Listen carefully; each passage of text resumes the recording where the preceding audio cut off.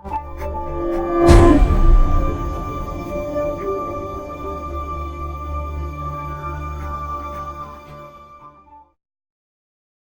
everyone, Geraint Lewis here. I'm an astrophysicist, alumni, and honorary fellow of the NPTC Group of Colleges.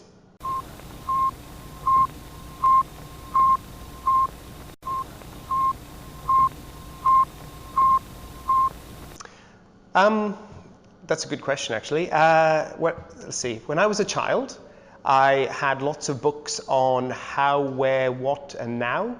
And I got a general interest in science, and like a lot of children, I became interested in dinosaurs. And somehow from dinosaurs, I started to read about astronomy. I didn't have a telescope. I didn't look at the sky. In fact, it was probably no sky to look at being in the Welsh valleys. It was cloudy most of the time. But it was reading about astronomy and realizing that there were a lot of interesting things going on in the universe, that when I decided to do physics at university, I discovered you could do physics and astronomy. So I took astronomy because I was interested, and it became my career.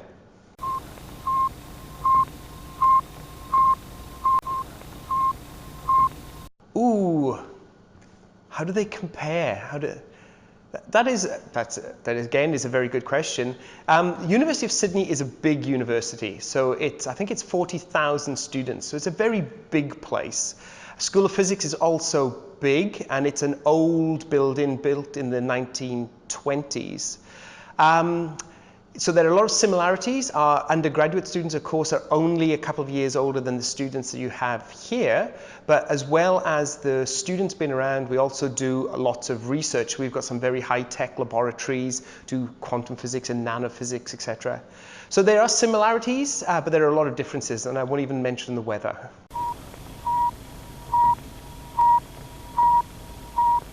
I did maths, physics, and geography. I'm not 100% sure why I did geography, but it was enjoyable. But something happened, I guess, when I was doing my A-levels, in that I really clicked with the mathematics I was doing, and it really clicked into the physics I was doing.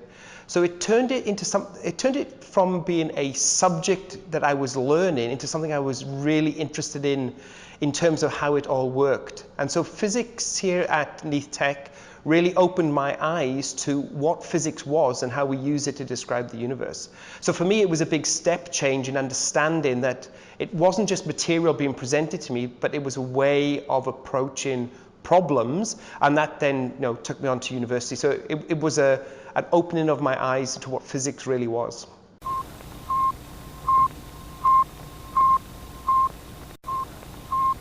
I'm very honored to have the fellowship here. As I mentioned with regards to my A-levels, being at Neath Tech was an important part of my life. It essentially set me on the journey to where I am today. So it's something that I think I'm always going to be grateful for, was my time here, and the fellowship is just a reflection of that.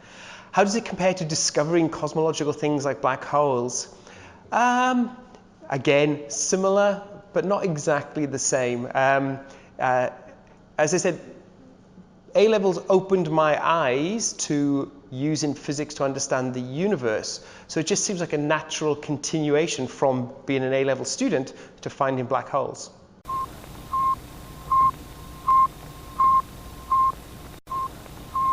I know what I miss most from home. It's the things that I didn't notice before I left. So when I was growing up in Wales, I didn't notice how beautiful the country was, and I didn't notice that it was full of castles. And it wasn't until I came back with my own children that I realized just how wonderful Wales is. So I love the hills. I climbed Snowdon for the first time only a few years ago. It's just an incredibly beautiful country. But it's castles. We don't have many castles in Australia.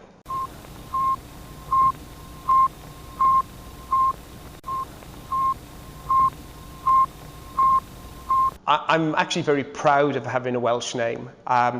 Yes, ever since I left Wales, I've been called Geraint, Gerald, all kinds of combinations. People have asked me if I'm French or South African.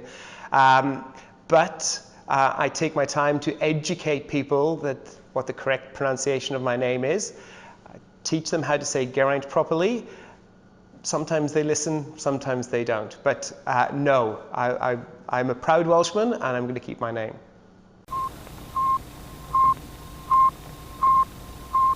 My career highlight, oh, I've had several points in my career where I've found some results that I have felt have been very important. So there's a number of things. I mentioned in the talk that I was involved in this discovery of this really, really bright quasar called APM 08279.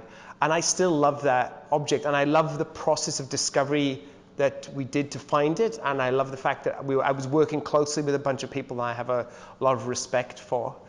More recently, I was involved in a discovery of it's kind of hard to describe at some level, but there's a bunch of galaxies called dwarf galaxies, and we discovered that they were all sort of moving around together in some sort of coordinated dance. And I remember being in my office with my PhD student, and we suddenly realized that this structure existed. And that moment when you realize that you know something that nobody else on the planet knows is just quite incredible. The feeling of discovery is amazing. So I'll say those two, but there have been numerous places where I've just had something in front of me and just gone, oh, this is kind of cool.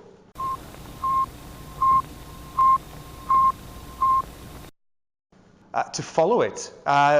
Essentially, if you have a dream, if you have a direction, then you should follow it. You should listen to people's advice, but you shouldn't listen to their negative comments. I've always advised people that if you're going to do something, make sure you're interested in doing it and that it is something you want to do. There's nothing worse than, I've seen this myself, people being at university taking courses that they didn't really want to do.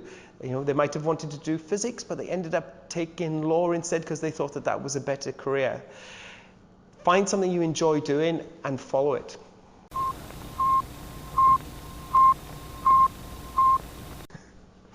Favorite space joke? I don't think I have space jokes. It's kind of funny. Astronomers don't really tell space jokes to one another. What do you call a flea on the moon? I don't know what you call a flea on the moon. Lunatic. Okay. Yeah. Okay. Jolly good. Oh, I do have one. How would you put a space baby to sleep? Rocket. There you go. Space joke.